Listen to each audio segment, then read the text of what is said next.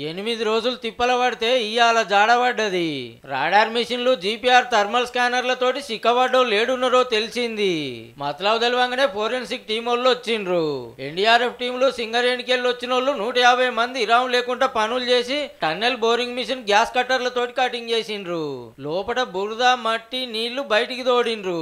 Machine కి ఇవతల నలుగురు అవతల నలుగురు ఉన్నట్టు తేలిందట. మంత్రులు Uttam, Jupally sir, CS madam సొరంగం కాడికి వచ్చి ఆఫీసర్లతోటి మీటింగ్ పెట్టి పనులు ఎట్లా నడిచిందో అరుచుకున్నారు. అయితే లోకల్ ఎమ్మెల్యే వంశీకృష్ణ సార్ ఈ మాట అన్నాడు.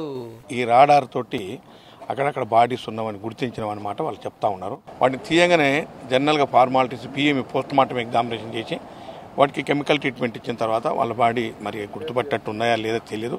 మొత్తం బాడీ ఇచ్చినంత ఎక్కడెక్కడ పంపించడం జరుగుతుంది. కార్మికులు ఇంటోళ్ళకి ఎట్లా ధైర్యం చెప్తారో వాళ్ళ కుటుంబాలకి ఎట్లా అసరవుతారో మరి.